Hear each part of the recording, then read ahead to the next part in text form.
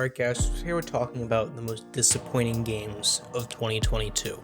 Not the worst games, because that is totally different list. I talked about this in my last video, the best games of 2022.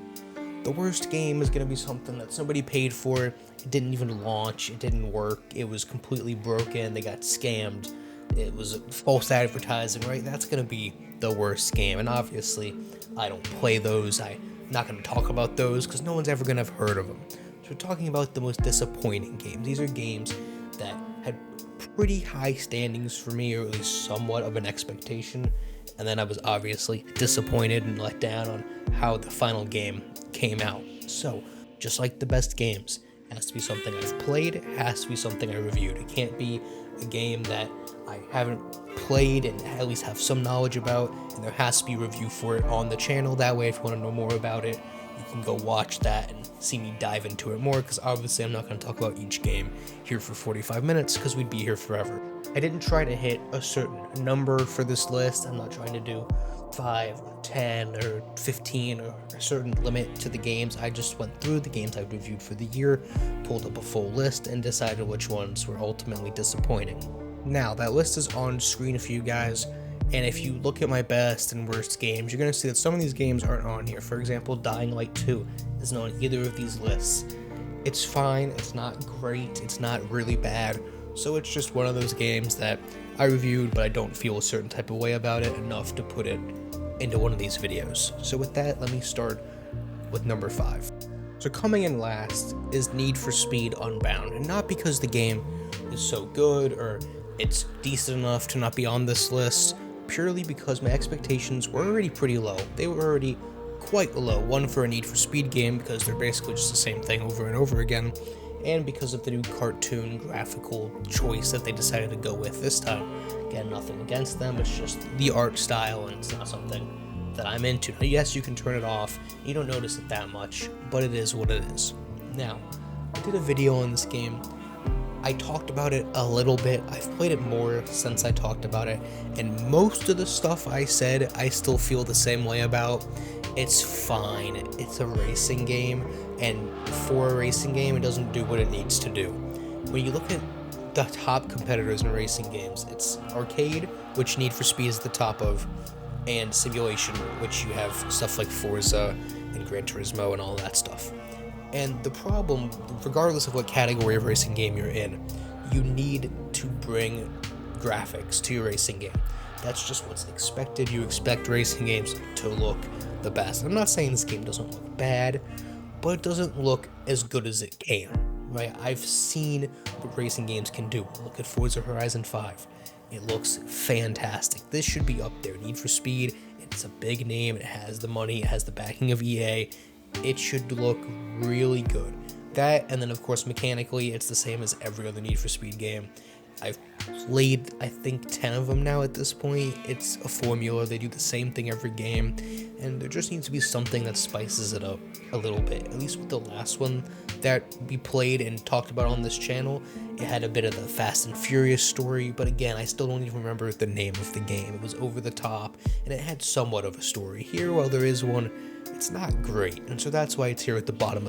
At number 4, I put Rainbow Six Extraction, and only because my hopes were so high for this game, and it was so disappointingly average. I actually went back and added this after making the rest of the list. Originally, it was only 4 games, but I felt the jump between 5 and 3 and the quality of the game was just too far, and looking back over my list, this just was one of those games that I had high expectations for, and it fell flat. And again, it's not that bad.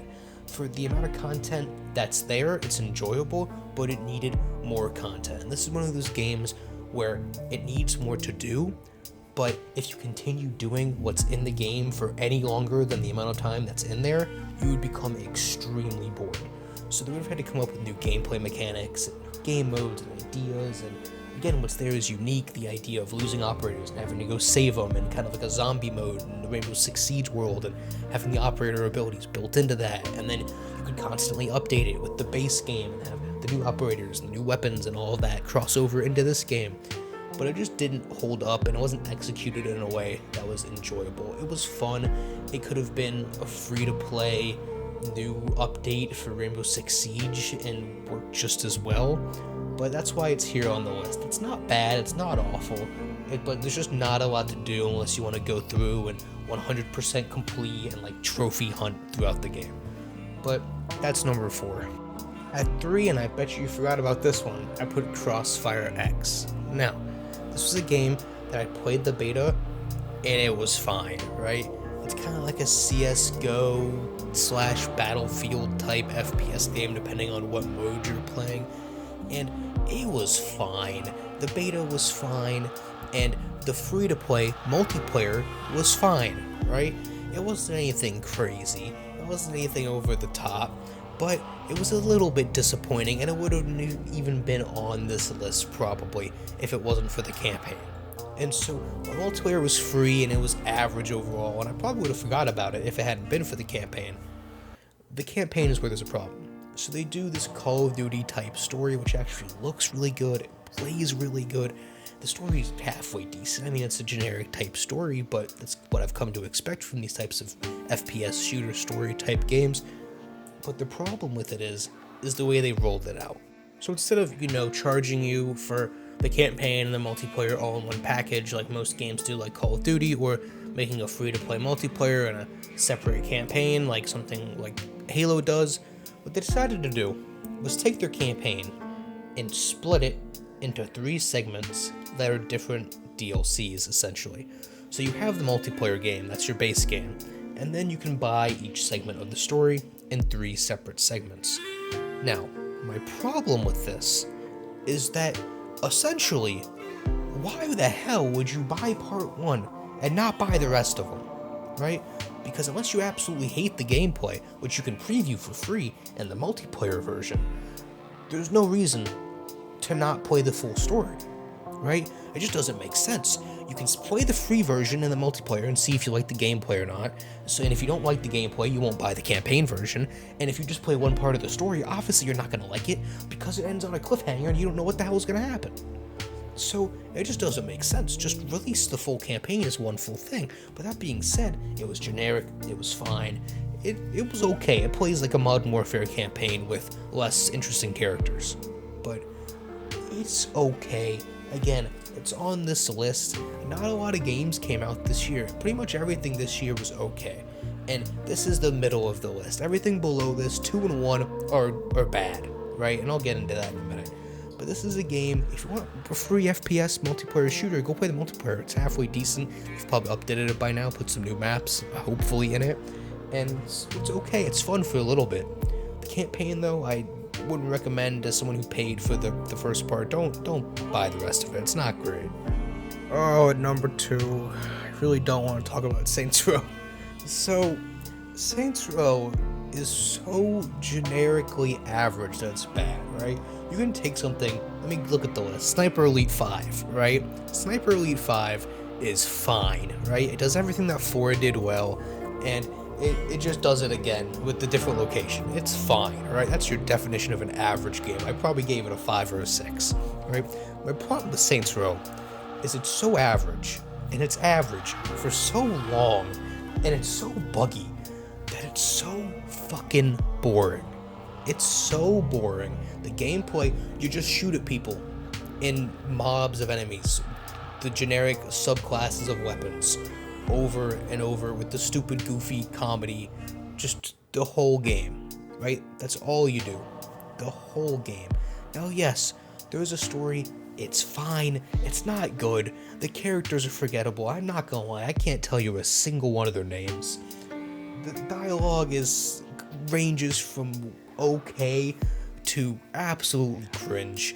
The music choices aren't as good as some of the original games, the combat isn't as fun, and even their own goofiness, stupidness, over-the-top stuff that they typically have, they didn't go to the extent that they normally go.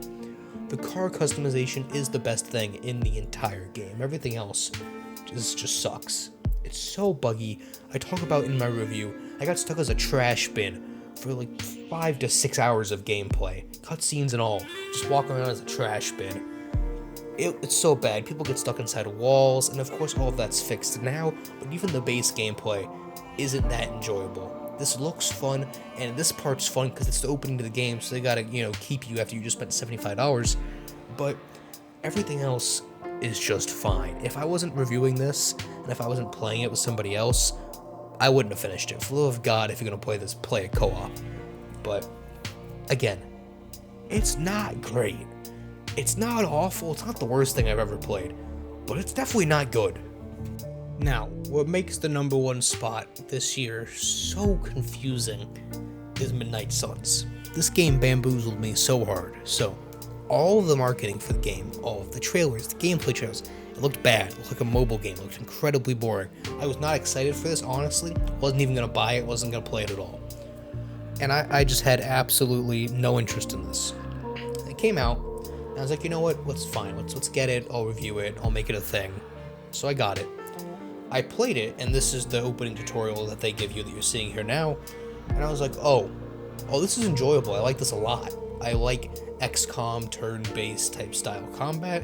I like Marvel stuff, and I like card-based system games. I'm like, oh, this is really enjoyable. I'm gonna like this game, right? I'm gonna play a lot of this.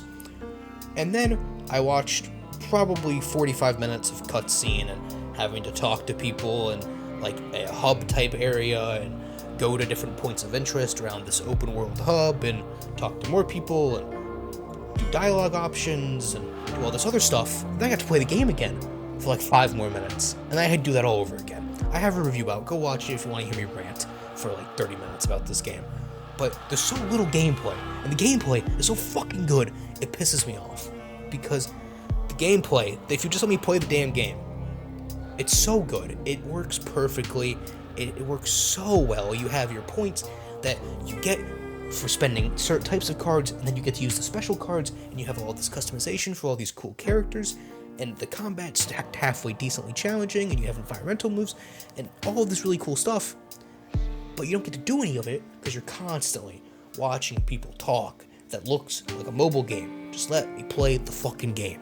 You know what? I was going to stop it there, but I'm going to rant. Since this is the most disappointing game of the year, it's the video, this is the number one spot. This isn't 5 times speed. This is from essentially you just finish the mission and they do the cutscene for finishing the mission, to everything that you're essentially required to do. I mean, you don't have to do training and you don't have to upgrade your cards, but if you want to progress in the game, you're going to need to, or it's going to become too difficult and you're essentially not going to level up at all. So you basically have to do everything, aside from a little bit of customization that took like 30 seconds here and there. But everything else that you're seeing here, you have to do before you can play the next level. Now keep in mind, this is in 5 times speed, and this is ridiculous. Every single mission, it's not like, oh, you go out and you, like Gotham Knights, for example, you do your night, and then you come back and you gotta do all this. No. Every single mission, every single gameplay segment is followed by this. It's absolutely obnoxious. And then you get back to the gameplay, and it's fun, and it's enjoyable, and it's cool. You're having a good time. But when this isn't happening, which is 85% of the game, it sucks. Which, watching this, I really want to play it. This makes me want to play the game. It looks good. It looks fun, and I know I've said that like 19 times now. But it's so much fun. And then you just have to listen to people talk about stupid stuff in their book club and watch a movie with Doctor Strange, and it's just disappointing, alright? That's why this is number 1. It's a hot take. This game got like 8s, alright? But I don't think it's that good. If they would just let you play the fucking game, it'd be like an 8 or a 9. But they don't let you do that. Now, these are my lists for this year. I'm actually looking back on my lists for last year, and I seem to follow a trend, right? A lot of the disappointing games are hot takes, right? I mean, look at last year. I had Back 4 Blood on there. A lot of people gave me shit for that, alright? But it is what it is. This is my list. If you don't like it, you can make your own list down in the comments below. Tell me how you tweak my list, what games you'd move, if you would switch any games from my best list to my worst list, how you would switch that around. But that's this year. Again, my video for last year is out there, and there might be one for the year before that, I'm not sure. But if you're looking for games to not buy, these are them. So it's the end of the year, and this has been a negative video, but let's end with a positive note. Alright, within the next 2 days, it'll be the 31st, and I'm gonna drop my Spartan Vision recap video. Now, if you've been here the whole time, we don't do Spartan Visions anymore just because I don't have enough free time. I don't play enough high action type games to where I'm constantly getting clips to put out Spartan Visions, which were just my versions of compilations with funny and cool clips. But I'm taking all of the ones from the whole year, and those are going to be out on the 31st in that recap video. And from there, we'll start 2023. Our first review, honestly, it's going to be either Harry Potter. I think it's the Harry Potter game. And then from there, it's Jedi Survivor, and that'll lead us into the rest of the year. So, hope you guys enjoyed this video. Again, let me know what your list is down in the comments below, and I'll see you guys on the next one.